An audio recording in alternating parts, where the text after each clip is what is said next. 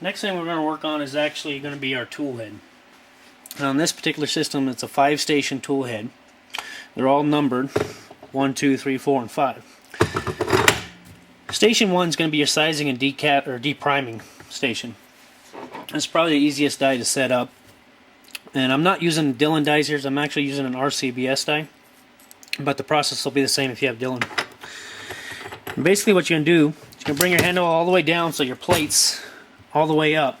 And you're just going to run your sizing die until it sits on that plate.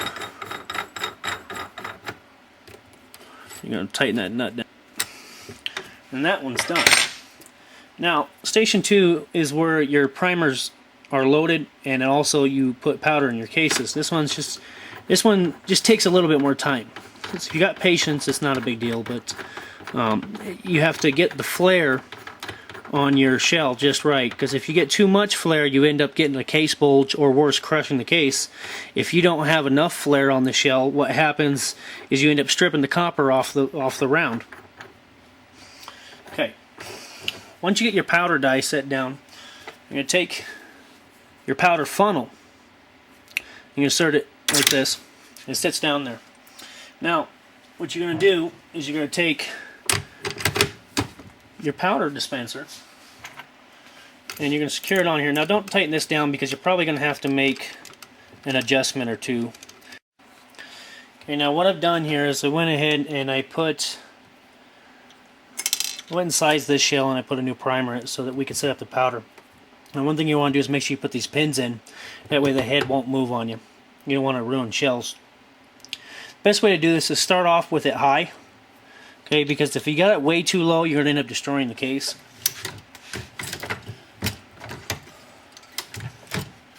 Now, it's not flaring the shell, so we're going to adjust it down a little bit until we start to get a flare. Now see, now there we got some flare. I don't know if you could see that, but what it did is it kind of flared the end of this shell outwards. This right here is a little bit too much. It's not bad. This shell can be saved. All I got to do is run it back through the sizer die. You can run it up just enough so you don't lose your good primer. So I'm going to back this off just a little bit. And since I know I'm just about right where I want to be, I'm going to go ahead and tighten this nut down a little bit. I'm going to go ahead and see what the flare looks like. That's a decent amount of flare. If you take and you run your finger along the case, you can feel it. And you almost want to be to the point where it's hard to see, but you can feel it. And that should be enough flare for you to put a bullet in there without damaging the case. So now that that's set, we're going to go ahead and tighten down this nut. Good. This is your fail-safe bar. This is what actually actuates this powder bar right here. So you can go ahead and stick this through here. And then we're going to go ahead and tighten this down. Once you get this bar right here, it's going to be straight up and down. Okay, the next thing we're going to want to do is we're going to want to set our powder level. Now, you're going to want to get yourself a reloading book, because without one of these, you really don't know what to load it to. This one's going to be a spear, but get yourself one of these. And we're going to go ahead and we're going to look up what our load's going to be for a 38 special. And with the Hodgdon's Universal Powder, which is the one I'm going to be using, I have a low powder scale of 4.2 grains and a high of 4.6. Now, what I'm going to do is I'm going to go right in the middle, about 4.4. Okay, and first thing you want to do is you want to make sure you have your fail-safe bar down tight enough. If you just adjust this right here, it'll bring this down. You want it to sit down at the bottom. That way you know you're getting the full stroke of the powder bar, and not only end up with half a load. Have a nut here, or a bolt. If you turn it away from the camera, that will be less powder. If you turn it towards the camera, that'll be more powder. So we want to get it set about 4.4 grains of powder.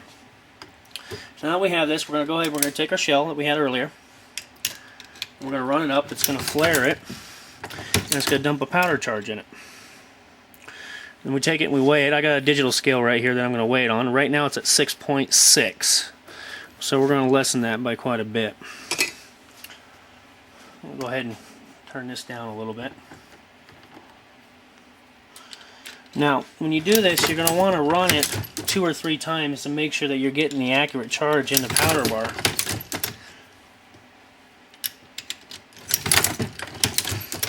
And check it again. This is where the patience comes in, because this usually takes a little bit. You'll find that you'll turn it just a little bit too much, and you got to bring it back up. So we still need to go down some more. You're going to repeat this process until you get the powder measurement right about where you're at. Now I'm at 4.3, so I just need to come up a little bit.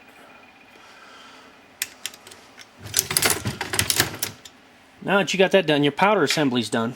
You can move on to the next station. Now I'm going to use a low-level powder sensor, so I'm going to show you how to do that. Most people don't use these. You don't have to use it if you're loading for your personal use, but you know, load at your own risk. It's a good thing to have. I don't really want to blow up any of my guns, personally, or get a barrel jam. Now this comes with a few different bars. You have one for a 22 to a 29 caliber, from a 30 to a 41 caliber, and then 44 to a 45 caliber. So you use the appropriate one. It's actually going to sit like this. And first thing we want to do is we're going to lock this thing down.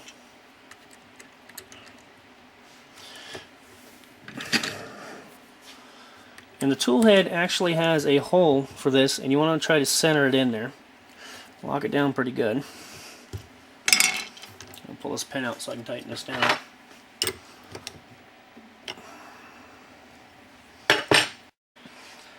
Okay, now how you're going to adjust this thing, this actually has 2 adjustments on it. The first one's going to be this. You have an Allen wrench right here, and it's also a nut right up here.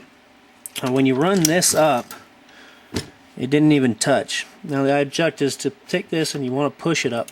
So what we're going to do is we're going to loosen this nut up, and we're going to drive this down so that when the plate comes up, it actually moves this low-level sensor.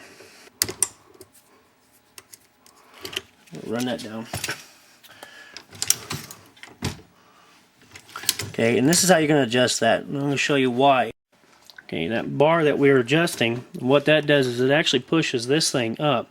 Now what you want to do is you want it to push it up just enough so it sits flat right here. If you get it too much, you'll actually deform or break these things. So you want to do a little bit at a time. So that's what we're going to do. We're going to adjust this so that when we pull the handle, this comes up to about that point. See, and that's pretty good right there. So I'm going to go ahead and tighten that down. Okay, the second adjustment that you're going to have to make is going to be on the plunger.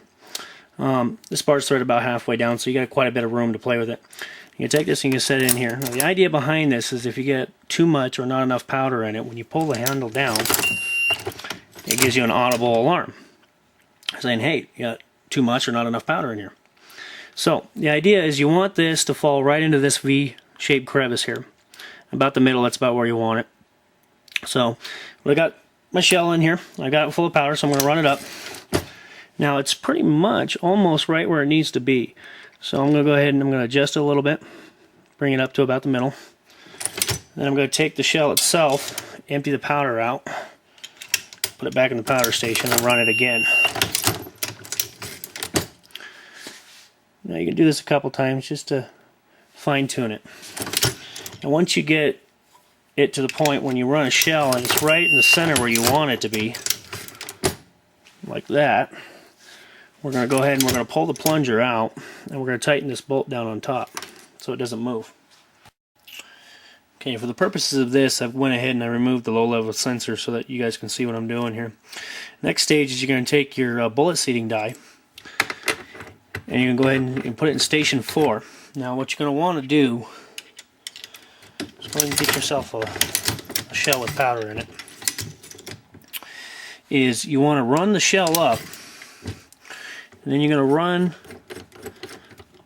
the seat die down to the point where it runs into the shell. Okay?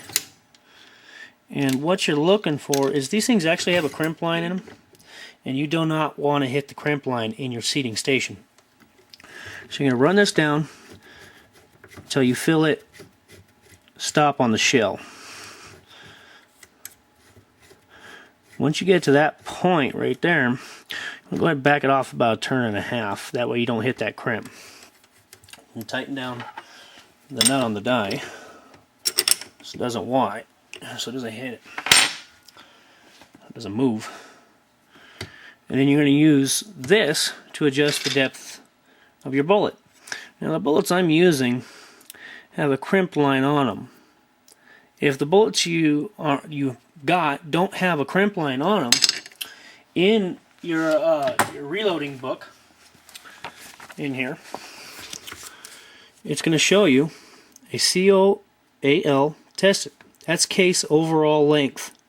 Okay, so you're going to go ahead and you're going to go by these numbers. You can get a pair of calipers. You're measured out. You want it to be around 1.440. And all the books have that same information in there, so whichever one you're using should have the same information. It's not like you're going to get a different book. It's not going to have it in there. So we're going to go ahead and put a bullet in here. Now, it didn't even seat it at all, so we're going to run this down quite a bit.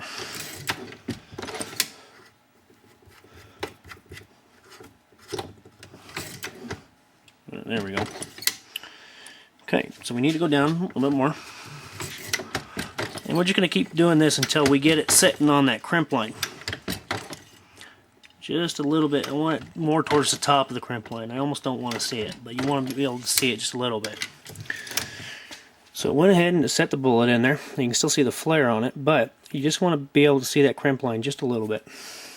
And then that station is done. You're going to want to tighten this down, because during the process things shake and move, and you don't want this to get loosened up or tightened down, because then you're going to have to readjust it all again. The very next station is going to be your crimp station. Okay, on a revolver round such as this 38, it gets a roll crimp, where your automatics, or your semi-automatics, excuse me, your 45, your 40, your 9mm, they get what's called a taper crimp. So this works a little bit different. The process will still be the same, just the crimp will be different. So we're going to put it in the crimp station. And we're going to run and shell up. And we're going to run this down until it stops.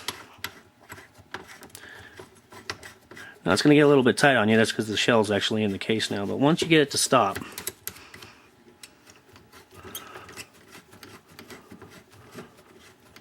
and mine's going to stop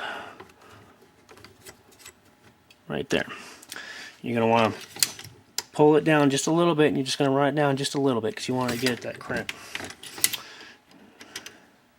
And that's a weak one, so we're going to do a little bit more. And you should actually feel it. Now that's a fairly decent, but revolver rounds in particular, you want about a medium. You don't want it really, really strong, but you want it medium. Now that's a good crimp. That's probably going to be kind of hard to see on the camera, but what it did is it actually took the shell and it rolled it in to the copper. And that's what you want. Now see, that's a finished bullet. But one thing that we do that I would highly suggest to anybody who's reloading, whether it's for yourself or anybody else, is to buy yourself a case gauge. And I'll show you what that is. Okay, so now we got our finished round. We got a case gauge here. Now what this case gauge is it's a facsimile of a barrel of a gun. Now this one's made by Dillon's for 38 Special. And it's just to check the bullet. You can drop it in there. What you're looking for is you're looking to see that the bullet sets flush on top. Okay, and that it doesn't stick. Okay, and if it doesn't stick and it doesn't stick out, it's going to fit in the gun. Now this will prevent you from having a lot of problems. Shells getting stuck in the cylinders of a revolver, or in the automatics case, getting stuck in the barrel and failing to eject or failing to feed. Now these are only about $20 to $30, so they're not very expensive, and they can save you a headache if you get one stuck in the gun. Pretty good. That's it. That's how you set up your Dillon 650.